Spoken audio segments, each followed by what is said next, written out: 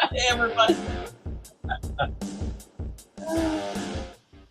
Good afternoon, everybody.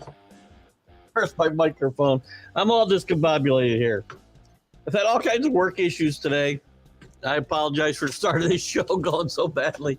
First, I don't know what happened to our little rock theme music, and we just had a little twinkle toes come in there before I popped in. Then I didn't have my microphone. Good God, I'm sorry. Oh, we are back and better than ever. I'm telling you right now. Keith Engle here for the Major League Baseball update here on TGI Sports Talk. I welcome everybody watching us today on Facebook, whether it's Facebook, YouTube, X/Twitter. We're live on Roku on the National Streaming Sports Network. You might still find it there as Northeast Streaming Sports. If you're looking to download that channel, please do that. Quick shout out to Ralph Williams at RW Media, and specifically the Sports Corner that he does with Smokin' Jim Frazier every Tuesday from 4 to 6 p.m. Eastern. I was a guest on that show this past week, which you can find on my Facebook page and obviously RW Media's. He'll no longer be broadcasting on WVBP radio, so I won't have to worry about mixing up those letters any longer. But he will be on Facebook and YouTube, and I believe potentially some other outlets going forward. So check out Ralph's stuff.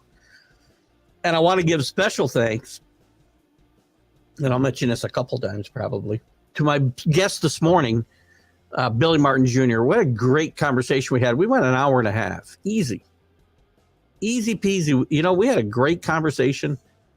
Kill the rest of this music.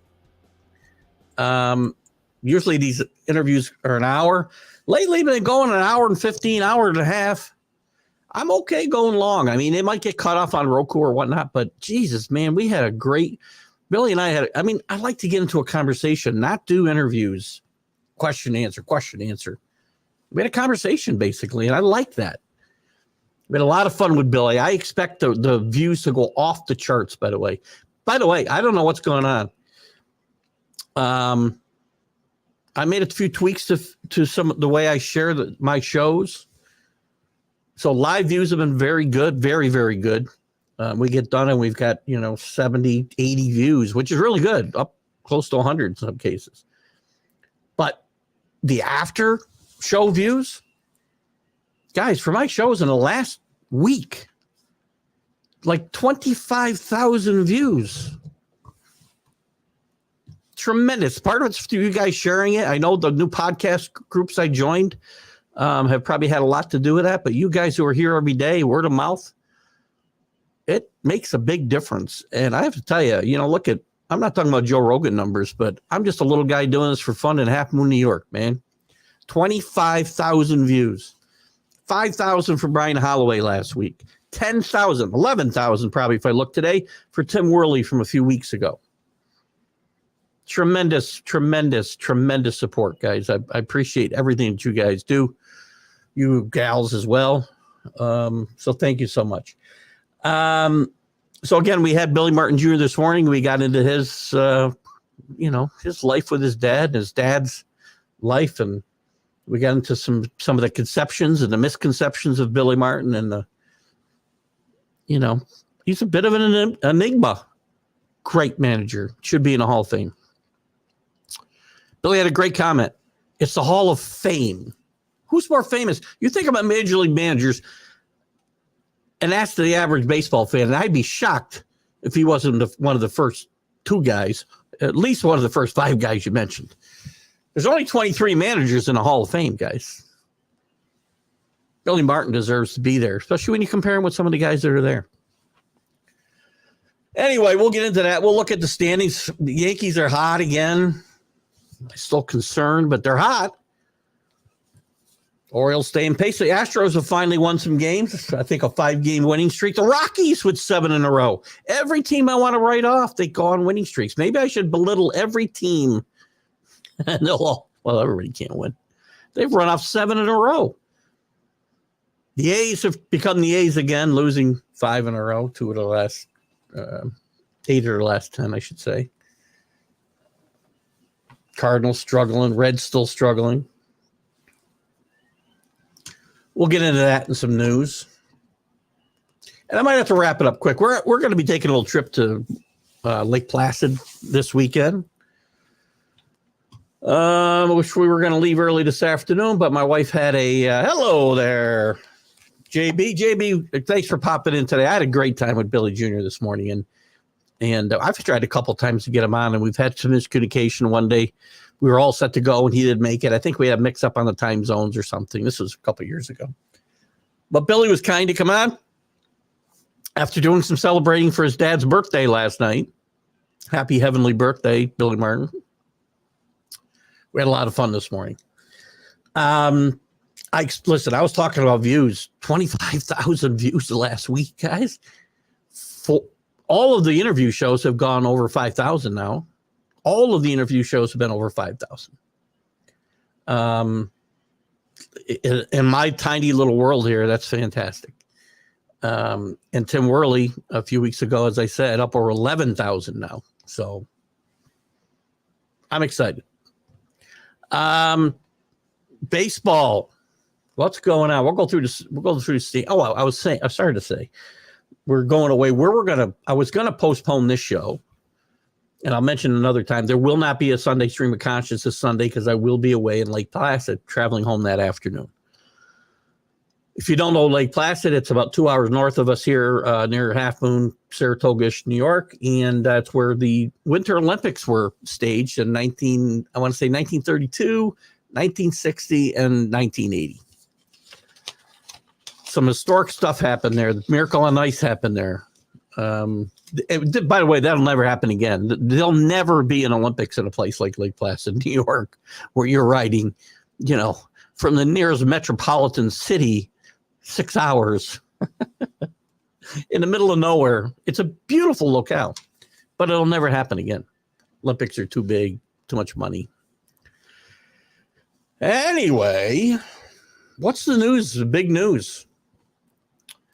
Well, we talked about TV rights. Roku. So more and more baseball, football, whatever we're talking about, because football's got games on Netflix now come Christmas Day. Roku has taken over the Sunday leadoff show, if you will. I believe they're all 11 a.m. starts Eastern time, and they paid a total of $30 million over 3 years for the rights to this. I believe before this, boy, I can't remember who had it. Was it Peacock? I just don't remember. Might have been Peacock. But you know what? If you like a little baseball to get the day started at 11 a.m. on a Sunday, which is kind of cool, you got it. Juan Soto has said he will, and the Yankees, I think, both have decided they're open to negotiating in season, which is big news because I'll tell you what. If Soto's going to hit free agency, it all depends on what's going on here, right? Yankees right now are hot. They're in first place, playing well. Soto's been everything you can ask for from a, hitting the ball standpoint. I have some problems with some of Soto's failure to run once in a while. And again, his base running, his defense, not great. He's been everything I can hope for at the plate. Yankees are in this race. If the Yankees weren't in this race, I would advocate trading him. And then if he's going to hit free agency anyway, now, again, if he's going to negotiate and they're going to negotiate in season, well, then lock him up. I've talked about this 100 times. Anybody who's out of a race, and the Yankees likely are not falling out of the AL wild card race at a minimum. Maybe they're going to contend if the pitching holds up. Maybe they'll contend for the division title. So they're going to be in the playoff race. So this isn't going to this won't pertain to Soto, but it will pertain to a lot of other teams and a lot of other players that are going to hit free agency. Any team, I've said this for years, and I think the first time it came up, well, on my show, one of the first times it came up on this show since we've been doing it, was the Rangers last year, or 2 years ago, rather. They weren't contending for the playoffs that year. They had Martin Perez. They had a couple other guys that were going to go test free agency. If you're out of the race and you cannot sign your free agents before they hit free agency, then you should be trading them and negotiate with them while they're free agents, just like everybody else will. That won't pertain to the Yankees with Soto, I don't think, unless something drastic happens and they fall out of this race, which I don't foresee happening. But teams need to take that type of step more often. So we'll see. I mean, where are the numbers? I mean, is there a ballpark? I see a ballpark figure here. I mean, are they going to pay him more than Judge? How do they do that? Judge is getting $60 million. Ohtani just got $75 million. Now, technically, he'll pitch again, so it's for two players in a way. Yeah, I don't see any numbers thrown around here yet, but you're going to have a hard time paying him more than you pay Judge, who's the face of the franchise. And you can tell me Soto's a better player, and I'll give you an argument. Judge is, I think, a better defensive player, better base runner, all-around better player. Soto maybe will be more consistent with the bat. You could make the argument. Anyway, I love Judge. But you can't pay him more than the face of your franchise. It's the Yankees. You can pay whatever you want, but you have to have some kind of pecking order, right? Soto's never going to be the face of his franchise. Judge will be until Judge is gone. Steve Orpillo up in Perth. Thank you so much for those kind words, Steve. You can tell. I think you can tell. And it's almost every interview. I have fun. I ask the questions I'm interested in. I try to ask some of the hard questions. You know, we talked about, Billy and race today. If you're just popping in, we're talking about the fact that I had Billy Martin Jr. on this morning after a few failed starts in the recent last couple of years. And we talked about a lot of stuff, and there was always an underlying feeling that people thought, and I never thought this, to be honest with you, because I knew a lot of the stories that we talked about today. Billy and I, as far as Billy and race, I knew that he was Rod Carew's daughter's godfather. I knew that he roomed with one of the first Yankees to room with a black. I mean, the Yankees didn't have a black till Elson Howard, by the way, about 10 years after Jackie Robinson, or almost. Elson Howard was the first black man to play in the Yankees in Major League Baseball. They had guys in the minor leagues, and Billy was one of the first whites to room with a black in the minor leagues. As Billy Jr. talked about today. So I always knew that this was Reggie. Reggie had an issue, and he thought everybody who didn't like him, had a problem with people of color, and that's not the case. Reggie's a great ball player. Reggie's a bright guy, but Reggie's, some of the magnitude of me. Some of the magnitude of me comments just drive you crazy. One of the best lines I wanted to throw this one at. We'll get back to some topical stuff here in a second. One of the things I wanted to throw at Billy Jr. this morning was this line. One of the best lines I ever heard that referred to this time, 77, 78. 2 great years, 2 World Series years, 2 of my favorite years as a Yankee fan. 78's my favorite. Game 3 of the World Series, Greg Nettles saving the entire series with saving 5 runs when Guidry's getting knocked around the ballpark. But one of my favorite stories from that time was a reporter, was kind of going around, had been talking to Reggie, and came over to Mickey Rivers. Wish we had a bigger audience right now. But as I said before, about 25, probably 3,000 or 4,000 people are going to see this later. So they're talking to Mickey, and they said, listen, we were just talking to Reggie. And if you know anything about Mickey Rivers, Mickey was like, talk a mile a minute. Couldn't understand, every third word probably. So they said to Mickey, we're just talking to Reggie, and he says that he's got an IQ of over 160, which, by the way, is pretty doggone good. I think like 130 is, well, below 130 is probably normal. Maybe it's 130 is normal. Well, take Ken Jennings, for instance, from Jeopardy, 173. So Reggie's claiming he's above 160. What do you think of that, Mickey? And Mickey goes, 160 out of what? 1,000? Maybe that doesn't crack you guys up the way it cracks me up, but I love it. It tells you everything you need to know about Reggie and Mickey, all in the same story. Oh my God. Anyway, Soto's gonna, I don't know how I got off. This is getting like the stream of consciousness. Remember, no stream of consciousness show Sunday. I apologize. I'll be in Lake George, probably doing the luge.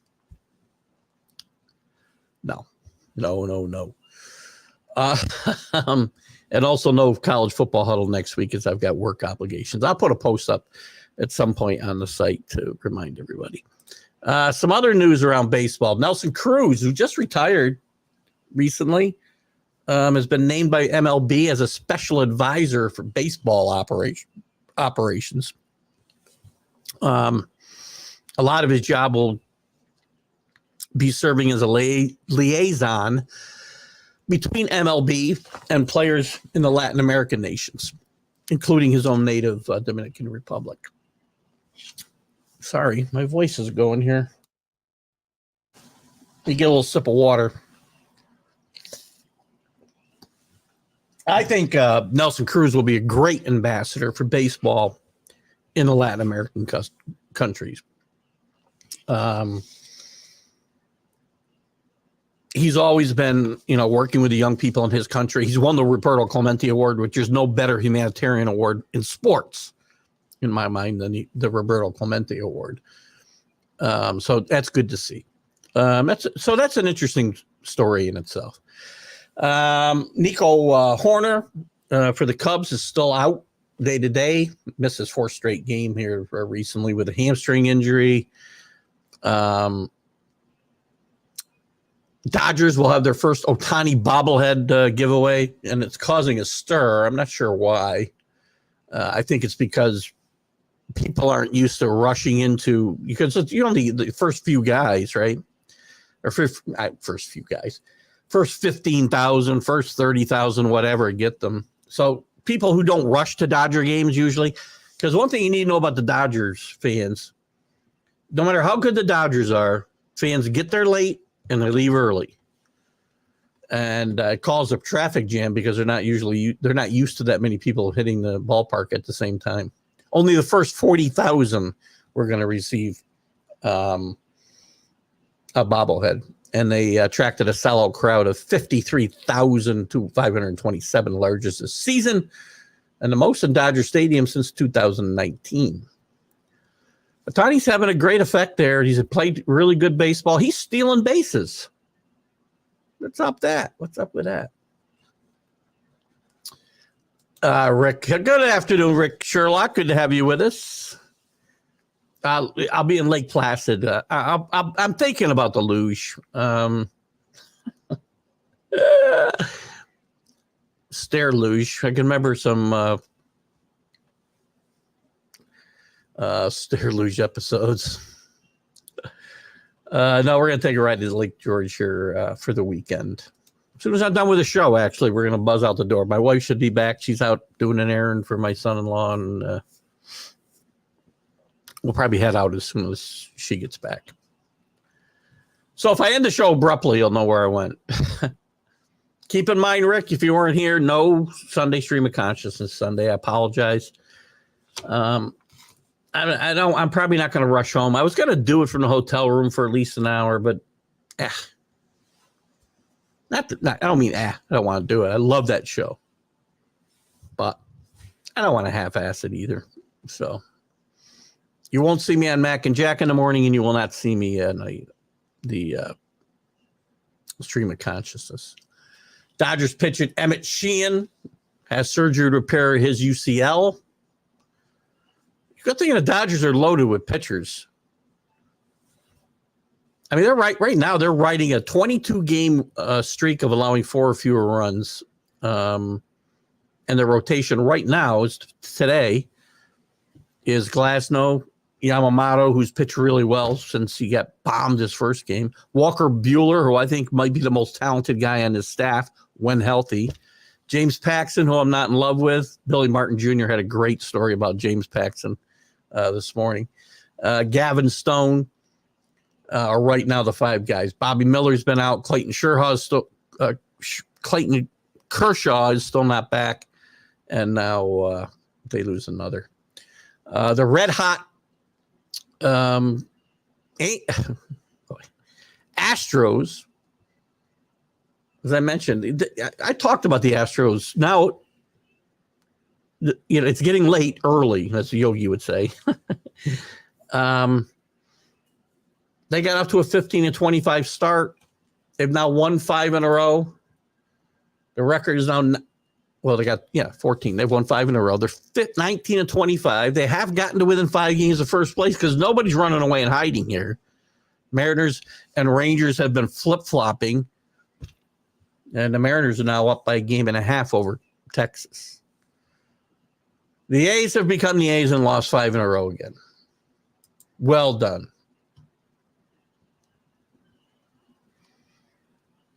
I was talking a little while ago, too, about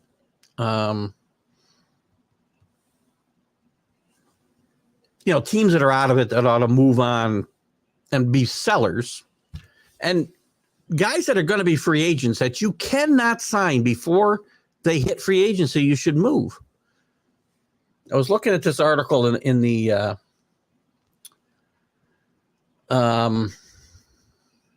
God, jeepers creepers. In the Athletic earlier today, and 5 really buy low because guys are off to a bad start. Maybe teams are off to a bad start. Pitchers aren't pitching up to their normal performance level, and they're guys that you could buy at a cheaper price than you might have if they were pitching at the top of their game, and they may be available. Kevin Gausman's going to be a key guy with the Blue Jays. I don't think the Blue Jays are getting back in this race. He ended up third in the ERA race last year, and he's off to a bit of a slow start. So there's a guy to keep an eye on. Garrett Crochet, who throws really hard. Of course, everybody throws hard today. That's why we have so many arm injuries. We don't build up arm strength, and we go out and throw as hard as we can for 5 innings and get them out of there.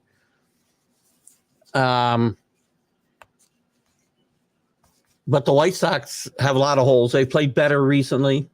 They're off the 120-game loss or more pace. But he's a guy that's probably going to be available. He's given up a few home runs, but this guy throws hard. Teams are hitting under 200 against him. Tanner Beebe is another one. Bibee, however you want it. Where's Drew? I need Drew for these pronunciations, I guess. He's off to a bit of a slow start, but great talent. He's with the Guardians. Now, the Guardians aren't likely to move him if they don't fall out of this race, depending on what they want to do elsewhere.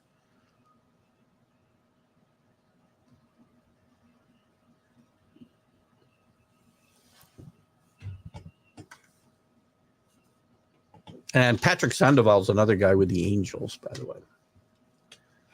Let's get around the league. Let's go around the league a little bit. We didn't really get a chance to do this much last week, so I want to go through the divisions. You guys, any topics you want to bring up. If you want to revisit a little stuff from Bill, because it's all baseball related. If you want to bring up revisit anything we talked about this morning, I thought it was an interesting interview with Billy Jr. I know sometimes, and I apologize in advance, I sometimes do these interviews from a very selfish standpoint. There are things I want to know, and I do get to your guys' questions. And if I don't stop posting questions if you have them, because if I haven't already touched on them, I might skip over them if we've already touched on it. But it's hard for me to, make sure they fit. Sometimes I'll pop something in there if it's exactly on target of what we're talking about right then and there. But it's easier for me to get through the interview than go back and recap and show your comments and questions, which I'm more than happy to do. And I think we got to them all today. But if there's something that, even a comment you want to make about Billy's appearance, Billy's take on his dad, things that, we could have talked about and didn't. I almost forgot the Pine Tar game. There's so much to talk about when you're talking about a guy like Billy Martin, though. There's no more polarizing figure than Billy Martin. So we can revisit some of those. I meant to say that at the top. We can always revisit those interview shows on this show or other shows. If, again, not everybody's going to like the interviews I do. You may not like Billy Martin. You may not like baseball.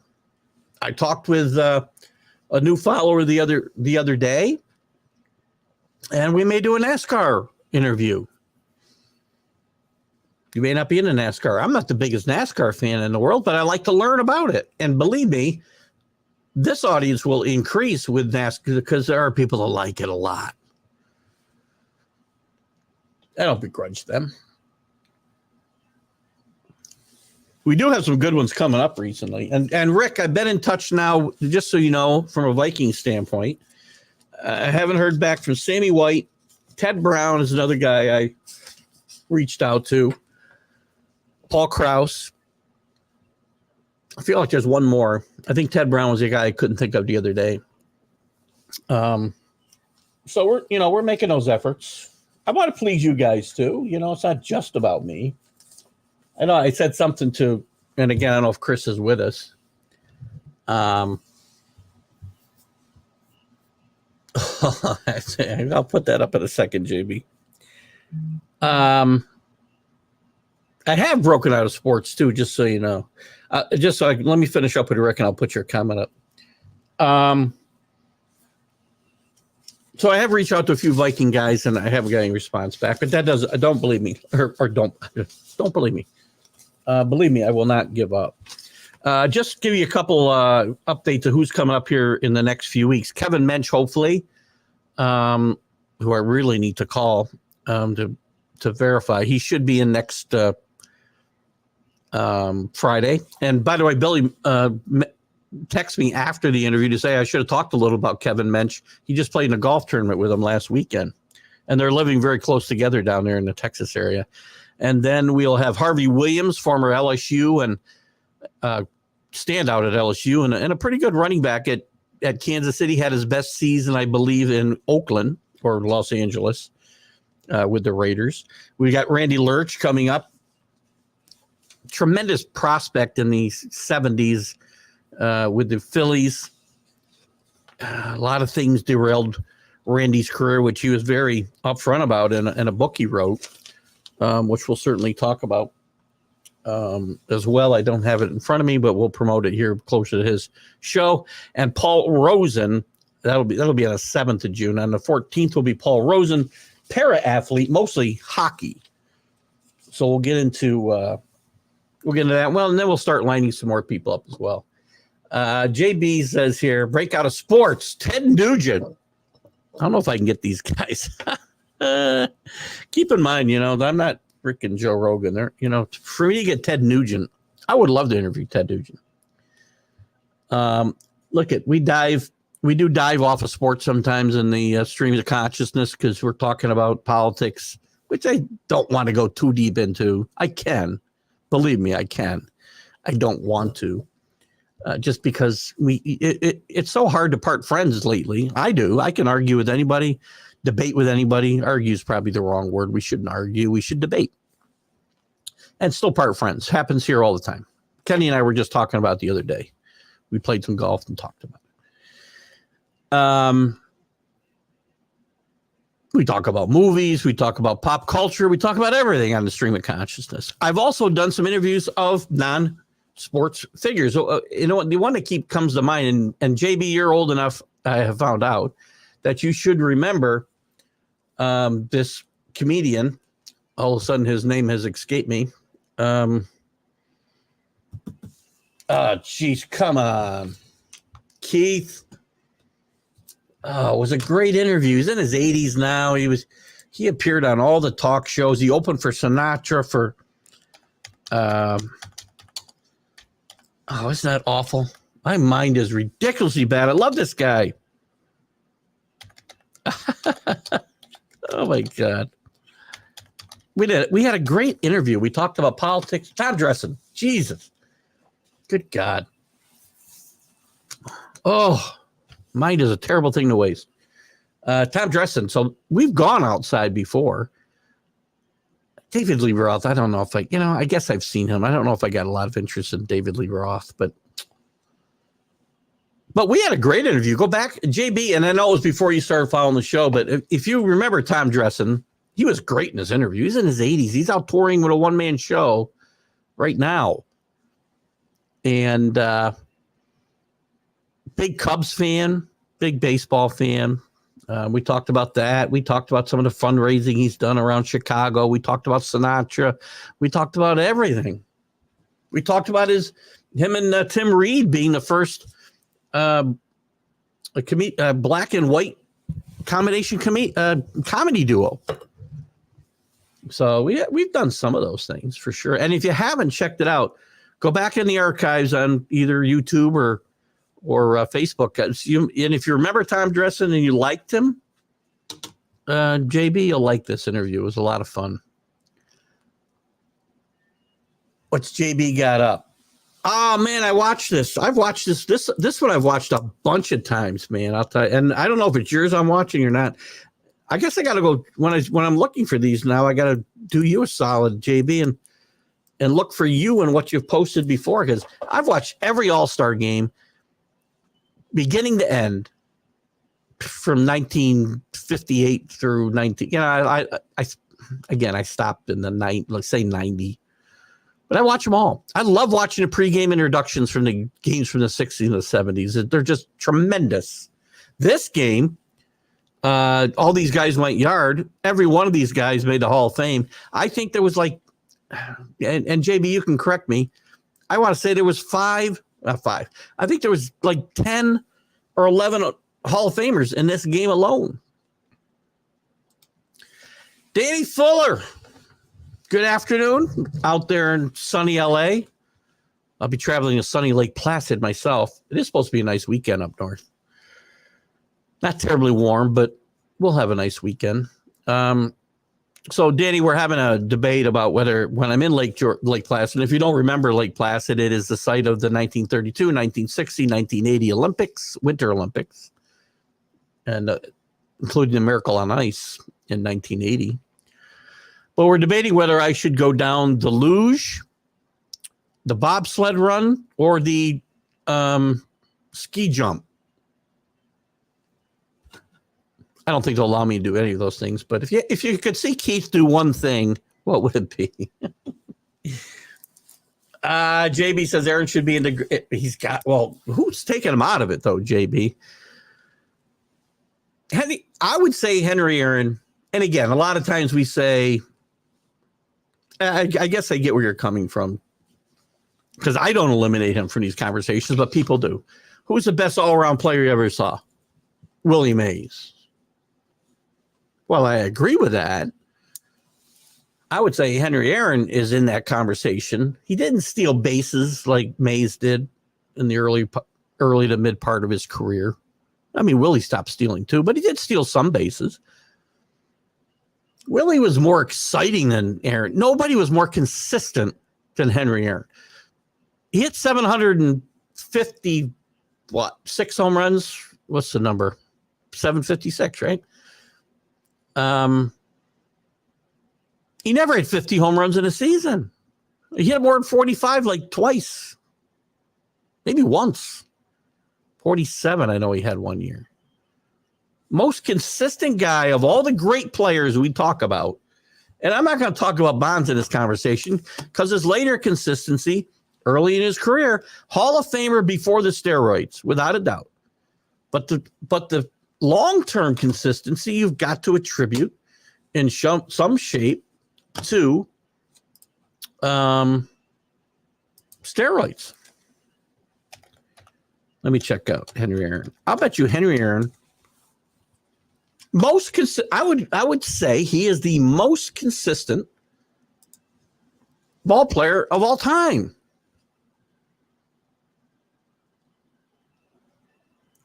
Let's see. When's he start playing here? So he first gets started in 1957. 44. He had never hit more than 44 home runs in a year. 3 times he hit 44.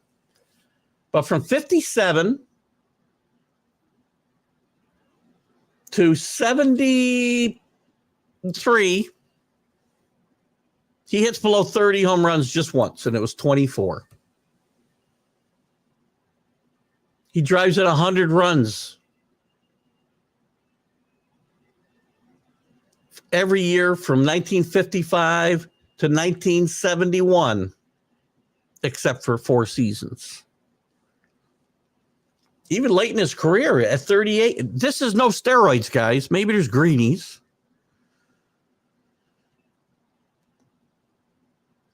But at age 39, when it was approaching the home run record, he hits 40 home runs in 460 at bats.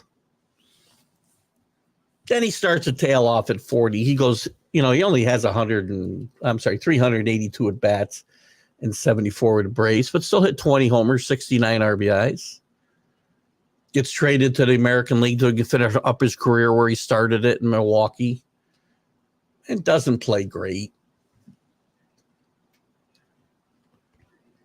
Most consistent. I'm going to give you that, JB. He may be the greatest player of all time that doesn't get the pub he should.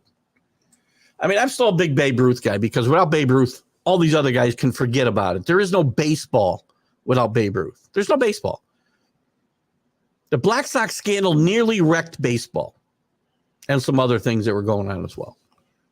Babe Ruth single-handedly saved baseball and also started the trend of ball players actually making real money. I mean, a lot really superstars, right? Most players made no money in baseball till the 70s. Even then, the back end of the bench was making nothing. So, what do you got here? Danny says I should take the bobsled. It'd probably be the safest bet, Danny. I can't imagine this huge body of mine going off the ski jump. Again, they're not going to let me do any of these things. And the luge I can't control. I'm going to break my skull somewhere. They should have an ambulance waiting. One of the most amazing stats is Aaron had over 4,000 more at bats than Ruth. Is that right? Doesn't feel right. So plate appearances or at bats? Let's check out Babe Ruth.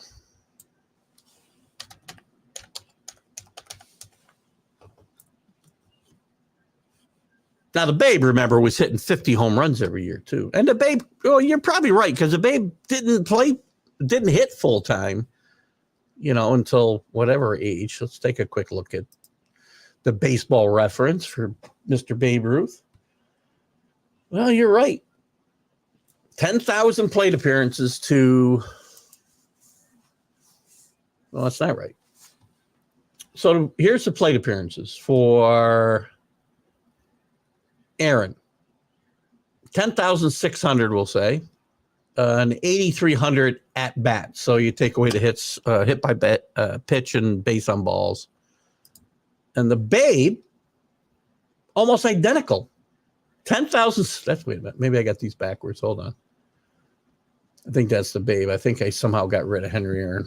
What a knucklehead. Oh, those numbers are really close. Yeah, because I'm looking at the same guy. Because I remember his number being higher. All right, so here's the numbers again. 10,628 plate appearances against, well, a good call, 13,941. And at bats is 12. Yeah, so right about what you said here, 4,000 more, not at bats, plate appearances. And it's 39, not even 3,000, 3,300 more plate appearances at bats, 8,300. Well, I take that back. You're right. Danny, I'm wrong. At bats, 4,000. Okay. And a Babe, remember, he pitched for a lot of years. Until his first time he gets 500 plate appearances, he's 24 years old, but it's 1919 already. He's 6 years into his career. The Babe is still the guy. Babe's always going to be the guy. Saved baseball. And it's a shame because a lot of these guys today don't know the history of the game, and they all ought to say, thank you, Babe. Did a great job. Love you. Glad I'm making $70 million a year because you made it possible. I had another comment here about this topic, and I lost it. Babe Ruth. Oh, we're talking about crazy stats. You want to talk about how the game has changed? Yeah, there's some good flicks, and there's a lot of good literature about Babe Ruth for sure. I'm reading an article now, a biography now, Joe DiMaggio. One of the most remarkable stats ever. You look at the stats today. Joe DiMaggio struck out. I'll say this a different way. Joe DiMaggio homered more than he struck out. I think it's like 369 to 366. Guy struck out 366 times in a season and a half today. Amazing. Anyway, where was I? Wasn't I doing the stat? Wasn't I going through the standings? This happens every week. I can't go long today, guys. I got to go to Lake George or Lake Placid, and I got to get on the bobsled. I'm going to get on all three of them. I don't know that they're in operation, but I'm getting on all. Yankees lead the East by 1 game over the Orioles. Orioles still playing good baseball. Yankees won 4 in a row, 8 out of 12, or 8 out of 10, playing really good baseball. They've still got some issues with some things going on with individual players, but we'll give the Yankees a credit right now. 30-15, second best record in baseball to the Phillies. The Orioles have played a couple less games, actually 4 less games. Weather always plays havoc with these early season games. The Rays have picked it up a little bit, 6-4 over their last 10. They're now a game over 500, but already 7 games back of the Yankees. The Red Sox are fading. They're now at 500, 7.5 back in the Blue Jays. I'm telling you, Schneider's getting fired. Maybe it won't make my Memorial Day prediction that Donnie Baseball will be the manager north of the border. Don't know if Chris F. Graves is with us this afternoon or not. But I think if it doesn't happen then, it's going to happen soon after. And I'll still be a year late because I said it'd be last year that Schneider would get fired. In the Central, the surprising Guardians continue it along. They did just go 5-5 in their last 10, but they're still 10 games over 500 and a game and a half ahead again. The equally surprising or more surprising, maybe Royals. The Twins have cooled a little bit from their hot streak. They've lost 3 in a row, 5-5 in their last 10. Still 2.5 games out of first. The Tigers have gone on quite a skid. 3 of their last 10 they've won. That's it. Fallen 5.5 games back. And the White Sox, 6-4 in their last 10, playing .318 baseball. Wow. The West is still very inconsistent. The Mariners in Texas continue to kind of trade back and forth. First place, and one goes on a win streak. The other one goes on a losing streak. Right now, they're just a game apart the last 10, 5-5 for the Mariners, 4-6 for the Rangers. Game and a half back. Watch out. The Astros have remembered they are or were the model franchise in the major leagues, and they're now just 5 games back after winning 5 in a row, going 7-3 in their last 10. Yanks are doing this without Cole and DJ. Again, I'm not sure DJ is going to give them that much. DJ's had 2 really down years in a row. I love DJ. Won a batting title here in the COVID year, right? I think it was a COVID year. His first year in pinstripes. Cole, I'm not sure what we'll get out of. That's why I'm not sure. I'm not down on him necessarily. There are worry points for me. When 3 guys in the lineup have on base percentages at 300 or below, that worries me. I still worry about situational baseball. I still worry about the defense a little bit. Soto's been okay. And I worry about that starting pitching. I worry about all the pitching. If Cole comes back, I'm excited. If DJ comes back and is a DJ from 3 years ago, I'm excited. DJ struggled the last 2 years. And I don't, it's funny. I'm going to argue with the Baltimore fan that all things being equal, if both these teams are healthy, the Orioles will win this division, I think. And the Yankees could be better than I expected at the beginning of the season. But right now, again, remember something. I keep saying this. The Yankees get on these streaks because they're hitting home runs. They don't score runs when they don't hit home runs in bunches. This is my problem. Again, they got the second best record in baseball. I'm not really complaining. I'm just pointing out a couple of worrisome points. I mean, again, you got 3 guys in this starting lineup that are mostly starting every day. And if I change the lineup around, it's even worse. Overall, their on-base percentage is around 336. It's not great, but it's one of the better in baseball, I think. But there's a couple of concerns in that regard. Yanks may sweep the Sox this weekend. We'll get to the schedule hopefully before we have to sign off, and you're correct. How about Skeens, I heard is how you say it. I'm not sure. Alan, good to see you, Alan. Happy birthday last week, I think it was, and hope you're doing all right. I know you were sick a while back. He struck out 7 batters. He did walk 9. Remember something. Again, these numbers with no context. Is that today? He struck out 7 batters. He's only pitched once, hasn't he? Hold on. I got to get ready to. I cannot go long today. I can't get too sidetracked here. I apologize. And Alan, being the Ranger fan that he is, does take a few things out of context. Where's Skeens? I don't want that. I don't want his splits. I just want his freaking numbers. Yeah, he's got 1 game. So he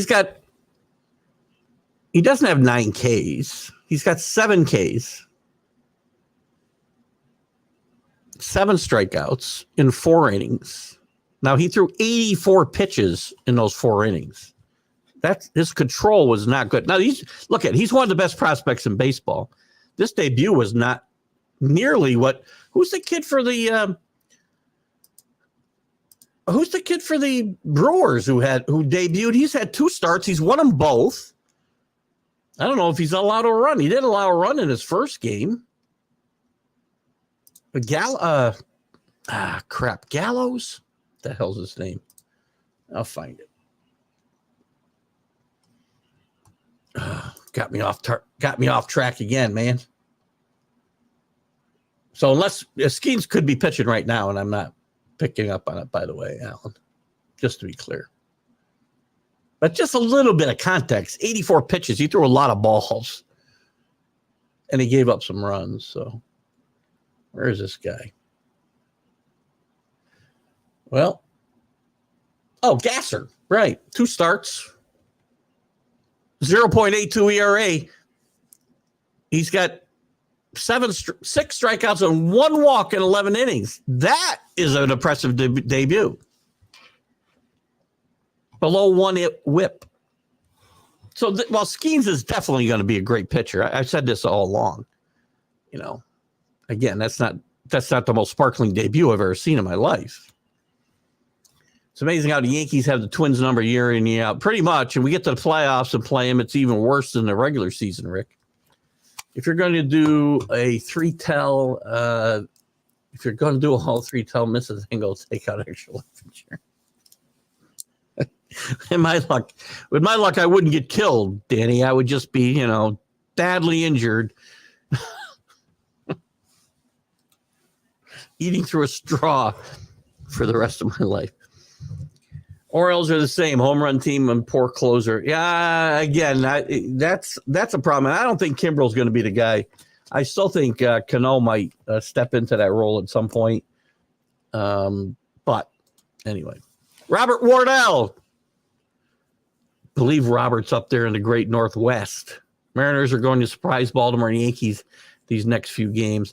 Listen, the regular season's all good, but since we're now the same as the NBA and the NHL and everybody makes the playoffs, nothing matters until you just get in there and then see what happens.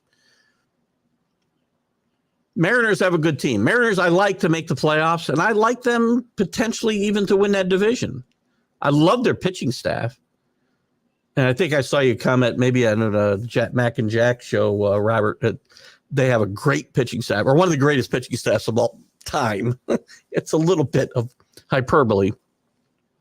I like their pitching staff a lot, but it's not one of the greatest.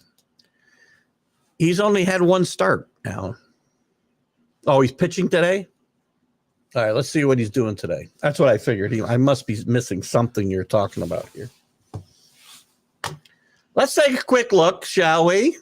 I'm not going to get back to the standings, am I? Or I'm not going to get to the, I guess we'll go to the scores. Let's see. Who is he pitching? You got to be pitching against the Cubs if he's pitching this afternoon. And it's an 8-0 game. Let's see what he did today. Now, again, I apologize, Alan, for jumping all over you. Alan brings that out on me. All right, great game today. So I didn't know this. This is apologies. This is all, that's on me. Shame on me.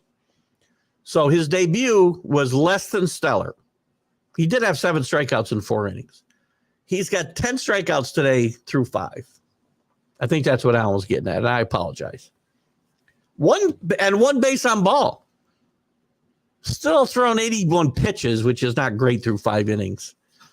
But this kid has got everything going for him. Plus, he's also got the number one person in social media, or however she's described. What is she called?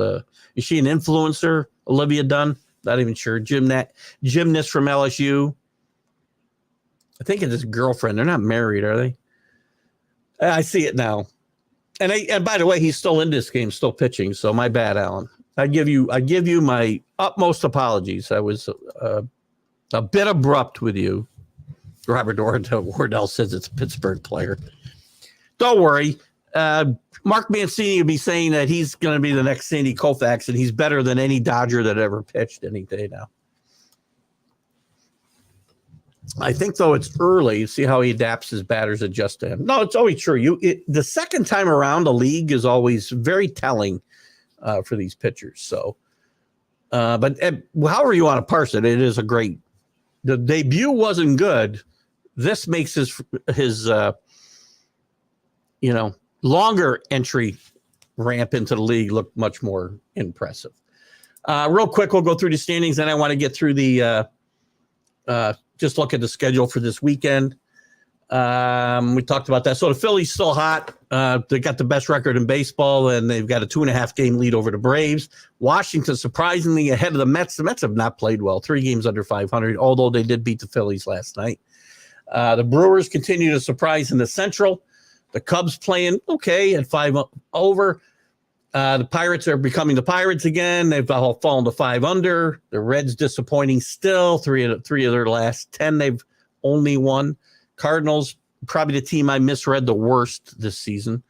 The Dodgers rolling along, although they have lost 2 in a row, rolling along with 29 wins. The Padres slumping, 3 in a row they've lost. And my other surprise team, the Giants, just can't get it going, 20-25.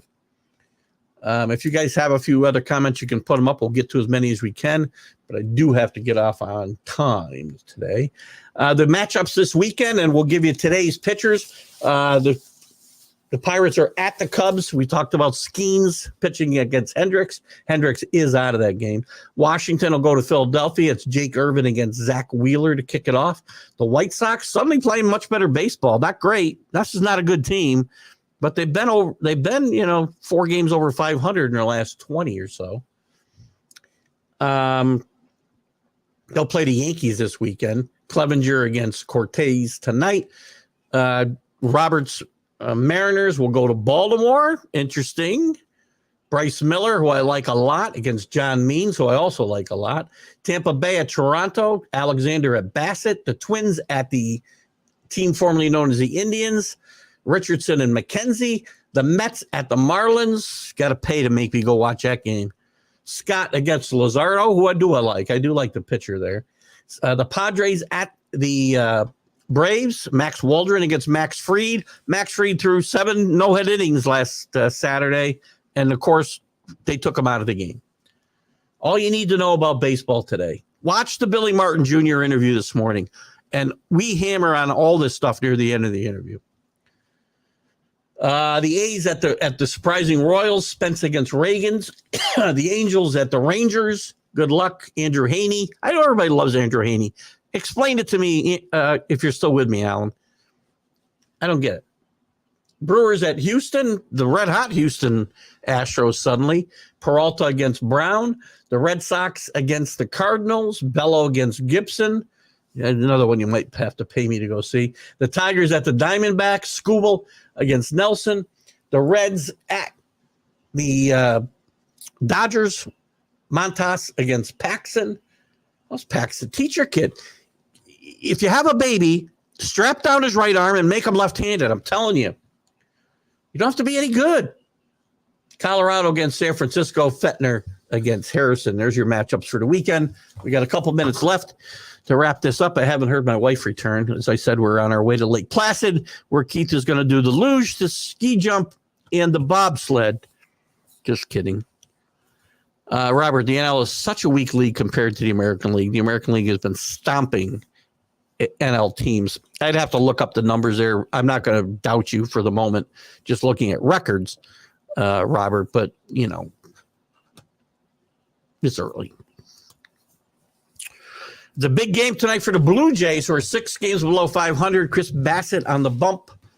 Big game for him tonight. Good to see you, Chris, by the way, as the hitters have him figured out.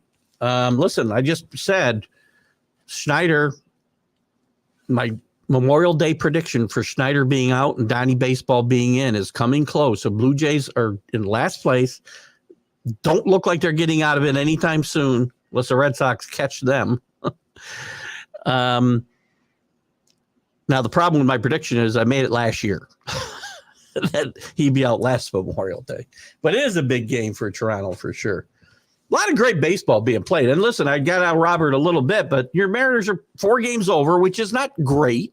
The Rangers and the Mariners keep bouncing back and forth. One will have a good run and the other one will have a good run, and they kind of swap back first and second. But watch out for the Astros. You can say whatever you want about the Astros. You can call them whatever name you want. They're still one of the best teams in baseball and a really, really good organization with some smart ball players who play the game right. I'm sorry. You can talk about the asterisk they should get all you want. I'm not in that camp. And my team cries about it as much as the Dodgers do, for crying out loud. All right, guys. In any event, got to wrap it up. Got to get on the road. No Sunday Stream of Consciousness this weekend. My apologies. But we'll be back next Friday with Kevin Mensch. Hopefully, I got to get a hold of him, Chris. We had my thanks to Billy Martin Jr. this morning. And we'll be back with that in the Sunday Stream of Consciousness next week. No show this Sunday or Wednesday due to work obligations during the week, but we'll be back next weekend. I hope we don't break our momentum. As I said, guys, 25,000 views this last week to our shows, to the shows on this channel. You guys have done a great job with coming in live, the comments, whether you're sharing it or it's the new podcast groups I've shared it to, whatever it is. Thank you. And I want to continue to do this. The one-on-one interviews have been fabulous. All of them at 4. I expect Billy Martin Jr. to go just as strong. All of them at 4,000 or 5,000 views or more. Tim Worley at 11,000 views. You guys have really turned this into an exciting time for me. You guys have a great weekend. Keith Engle for the MLB update. Go Yankees. Go Knicks. Knicks wrapping up tonight. See you later, guys.